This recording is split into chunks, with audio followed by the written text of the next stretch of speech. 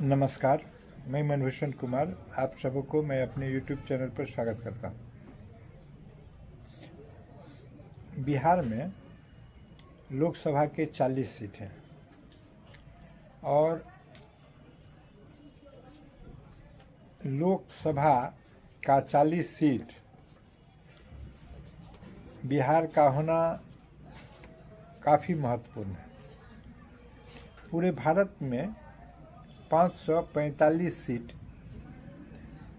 लोकसभा का था, जिसमें 2 एंग्लो इंडियन का हटा दिया गया। वर्तमान में 543 सीट लोकसभा का है और अब इसमें किसी का मनोनयन का सवाल नहीं है। इसी क्रम में हम देखेंगे तो उत्तर प्रदेश में सबसे अधिक 80, फिर महाराष्ट्र में हम देखेंगे तो 48, बंगाल में हम देखेंगे तो 42 और इसके बाद चौथा स्थान बिहार का आता है। तो बिहार जब चौथे स्थान पर आ रहा है तो इसकी महत्ता बहुत अधिक बन जाती है। इससे पहले जब 2000 पूर्व बिहार अविभाजित था तो यहाँ कुल 54 सीट हुआ करते थे। उस समय और भी अधिक बिहार की राजनीतिक हैसियत थी।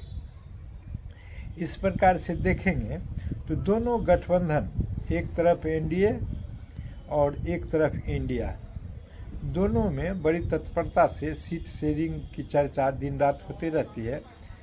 एक तरफ पहले एनडीए की चर्चा कर लें, इसलिए कि इसका पलड़ा भारी नजर आ रहा है। तो इससे पूर्व 2019 के लोकसभा चुनाव में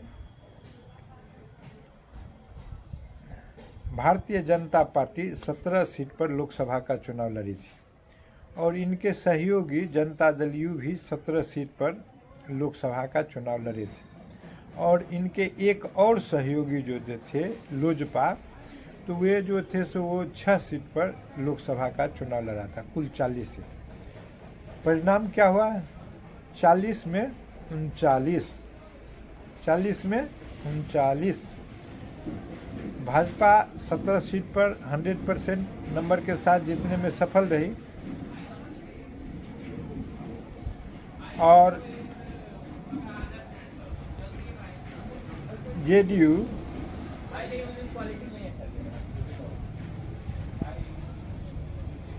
17 में 16 सीट जीत सका और लोजपा वहीं 6 में 6 सीट जीतने में सफल रहा।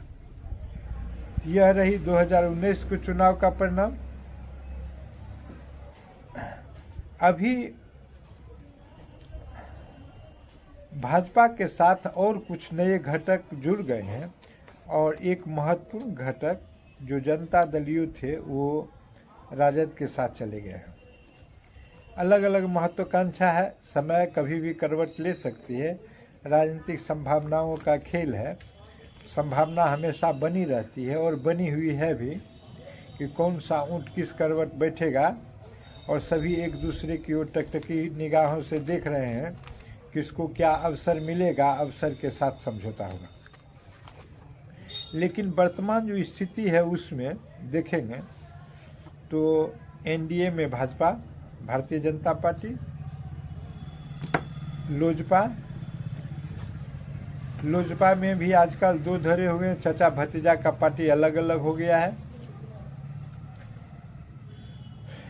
तो एक तरफ लोजपा, एक तरफ रामविलास हो गया है, यह देख लीजिए। दूसरा एक हम पार्टी है जो मांझी जी की पार्टी है। तीसरा उपेंद्र कुशवाहा की पार्टी है, उसको कुशे पार्टी कह लीजिए, कुशवाहा पार्टी। हालांकि भाजपा ने उसके काट के रूप में अपने प्रदेश अध्यक्ष सम्राट चौधरी को कुशवाहा कोटे से प्रदेश अध्यक्ष बना रखा है, लेकिन फिर भी राजनीति है, सभी लोग अपना अपना समीकरण चाहते हैं, तो इसलिए अच्छी बात है। लेकिन अब यह देखें कि इसमें भाजपा कितने सीट पर लड़ेगी। और छोटे छोटे जो घटक दल हैं, भाजपा का मन यह है कि चाचा भतीजा अगर मिल के लड़े तो 6 सीट और नहीं मिल के लड़े तो 4 सीट। 4 सीट से अर्थात यह है कि एक चिराग पासवान और एक वो जिसको भी कहे उसको टिकट दे दिया जाएगा और उनके एक व्यक्ति को भाजपा अपने सिंबल पर चुनाव लड़ाना चाह रही है और 2 सीट चाचा भतीजा जो एक उधर है प्रिंस और चाचा पारस पासवान, तो 2 सीट उनके लिए।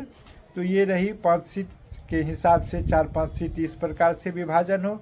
हमको 1 सीट संभवतः गया कह दिया गया, वह इनको मिलेगा और कुशवाहा जी को 2 सीट मिलेगा, वो 3 सीट की मांग कर रहे हैं। यहाँ तक वार्ता हो गई है। तो स्पष्ट है कि अगर उसको हम 6 सीट भी मान लें तो 6 और 3 9 सीट या 10 सीट इधर आ गया। मतलब यह कि भाजपा हर हाल में 30 सीट पर चुनाव लड़ेगी, यह स्थिति हो गई।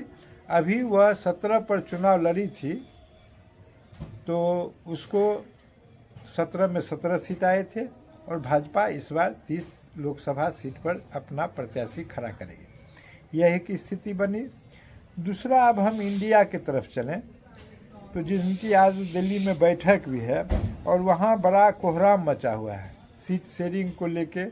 उधर भी 40 लोकसभा का ही सीट है। तो देखें कि नीतीश कुमार ने खुला ऐलान कर दिया है कि हम जो है सो 17 सीट पर जो भाजपा के साथ लड़ाई लड़ते थे उससे बैक नहीं होंगे। हम 17 सीट जो था भाजपा ने जो हमको दिया था वो सीट हम ले लिए, बाकी आप जाने और आपका घटक दल जाने। अर्थात 17 जब 40 में से निकल जाता है तो उधर 23 सीट बचता है।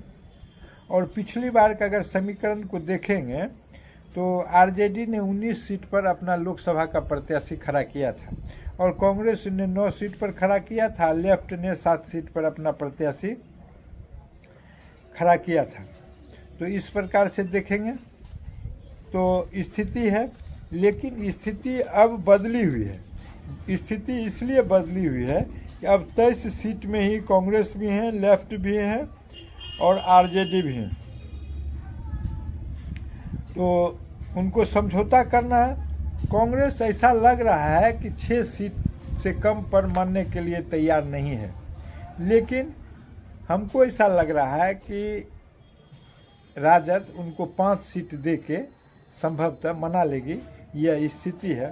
और 5 सीट में जो सीट आ रहा है वह कांग्रेस के लिए जो सीट है वह है किशनगंज, जिसमें उनके प्रत्याशी अभी जीते हुए हैं, और औरंगाबाद से एक प्रत्याशी हैं जो पूर्व के राज्यपाल रहे हैं, सासाराम से मीरा कुमार लड़ती हैं, और एक पटना साहिब से हमको लगता है कि शत्रुघ्न सिन्हा को संभवतः समायोजित किया जाएगा, यह स्थिति बन रही है। और एक और सीट कटिहार की चर्चा चल रही है, चूँकि वहाँ जो प्रत्याशी हैं जो जीते हुए हैं तो इस प्रकार से वो छोड़ेंगे नहीं, तो स्थिति अच्छी नहीं बन रही है।